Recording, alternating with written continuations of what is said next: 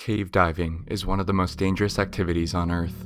Beneath the surface lies a world of breathtaking beauty and unimaginable peril. One wrong turn, one moment of panic, and the underwater labyrinth becomes a death trap. In this video, we'll explore 3 of the worst cave diving disasters in history, starting with the tragedy that claimed 4 lives in the dark, silent caves of Mount Gambier. Mount Gambier, located in South Australia, is famous for its stunning limestone caves and crystal clear sinkholes. These underwater caverns are a magnet for experienced divers, offering a chance to explore a hidden world of awe-inspiring rock formations and eerie, otherworldly beauty. But beneath that beauty lies extreme danger. The caves are a labyrinth of narrow passages, sharp turns, and deceptive dead ends. Visibility can drop to 0 in an instant, and the slightest movement stirs up clouds of fine silt. The water is cold, the currents unpredictable, and the darkness absolute. For those who venture into these caves, there's no room for error. On Sunday, May 28, 1973, a group of 5 experienced cave divers set out to explore one of Mount Gambier's most challenging systems, the tank. This section of the cave was notorious for its complexity and danger. It required precise navigation, careful planning, and nerves of steel. The divers, Stephen Millett, Gordon Roberts, John Dallazuana, Christine M. Millett, and David G. Gavin, were all seasoned professionals. They had trained for years, studied the cave maps, and prepared meticulously for this dive.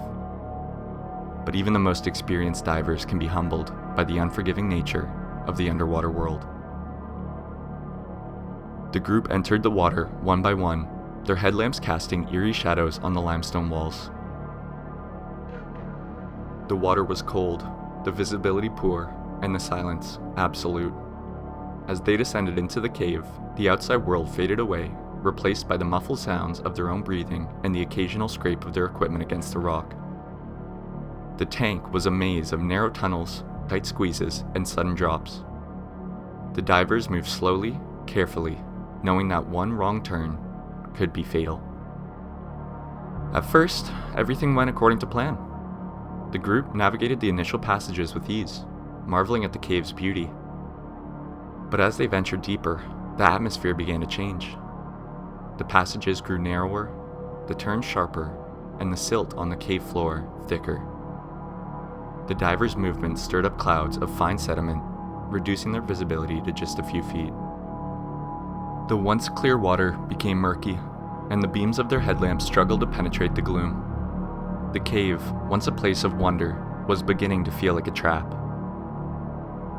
As the group pressed on, something went terribly wrong. The exact sequence of events is still debated, but what is clear is that the divers became disoriented in the maze-like passages. The narrow tunnels, combined with the silt stirred up by their movements, reduced visibility to almost 0. In the chaos, the group became separated.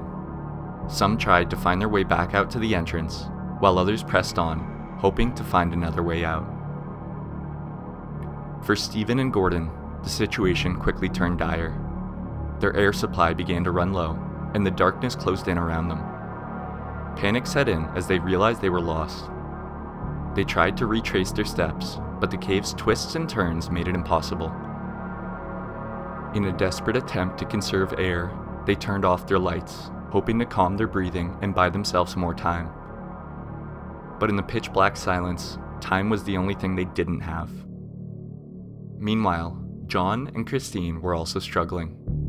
They had become separated from the group and were now navigating the cave alone. The stress of the situation took its toll, and their movements became frantic.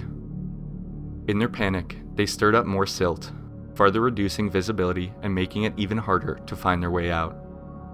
The cave, once a place of wonder and exploration, had become a prison of darkness and despair.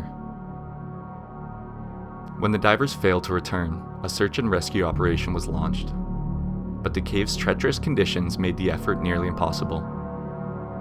It wasn't until days later that the bodies of Stephen, Gordon, John, and Christine were recovered. David Gavin, the 5th diver, had managed to find his way out after hours of searching, but the experience left him completely traumatized. The 1973 Mount Gambier disaster remains one of the deadliest cave diving accidents in history, It serves as a reminder of the dangers of underwater exploration and the importance of preparation, communication, and respect for the unforgiving environment of the caves. But the dangers of cave diving are not confined to one place or time. Just over 4 decades later, in the icy waters of Norway's Plura Cave system, another tragedy unfolded. This time, it was a group of Finnish divers who faced the unforgiving depths, and not all of them would make it out alive. The Plura Cave system, located in northern Norway, is one of the most challenging and breathtaking dive sites in the world.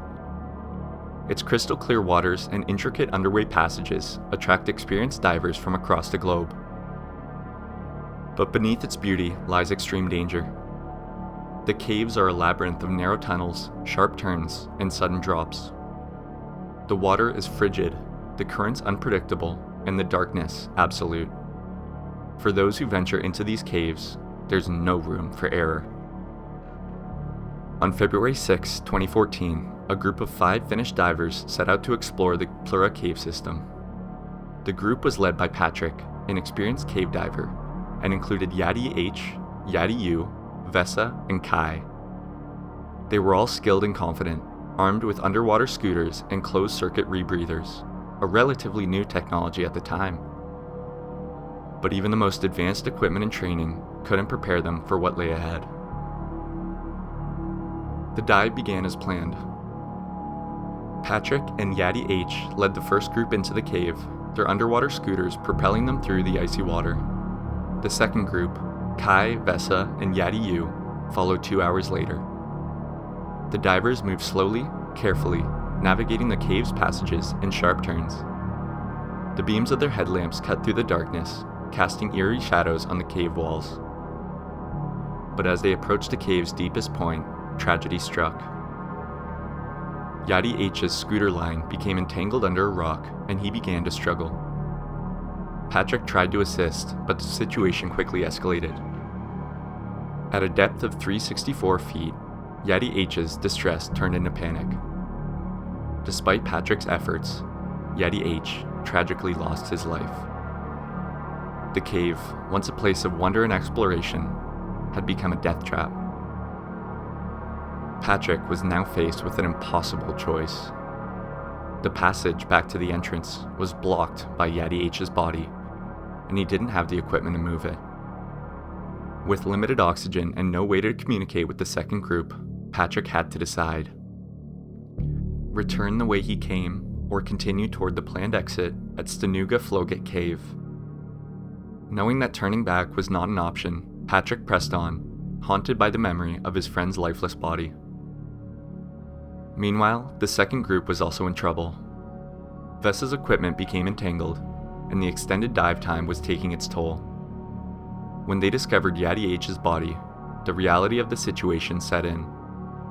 Yadi U, unable to communicate effectively, began to struggle. Despite Vesa's efforts to assist, Yadi U eventually succumbed to the cave's unforgiving environment. Kai, now alone, continued the perilous journey toward the surface. Patrick, Vesa, and Kai were now fighting for their lives. Patrick navigated the cave's treacherous passages, his oxygen running dangerously low. Vesa, still dealing with the equipment issues, pressed on, driven by sheer willpower. Kai, haunted by the guilt of being unable to help Yadi U, faced his own challenges. His equipment malfunctioned, and the cold began to seep into his bones. But he refused to give up. After a grueling 11.5 hours underwater, Kai finally emerged from the cave. Patrick and Vesa also made it to the surface, though they were unaware of each other's fate. The surviving divers notified Norwegian authorities, and the news of the tragedy spread internationally. 2 lives had been lost in the depths of the Plura Cave system, a stark reminder of the dangers of cave diving. The Plura cave diving disaster is a tragic reminder of the risks involved in underwater exploration. It raises questions about the use of closed-circuit rebreathers, which were still relatively new technology at the time. For the survivors, the experience was life-changing. They faced the ultimate test and lived to tell the tale. but the memory of their lost friends would stay with them forever.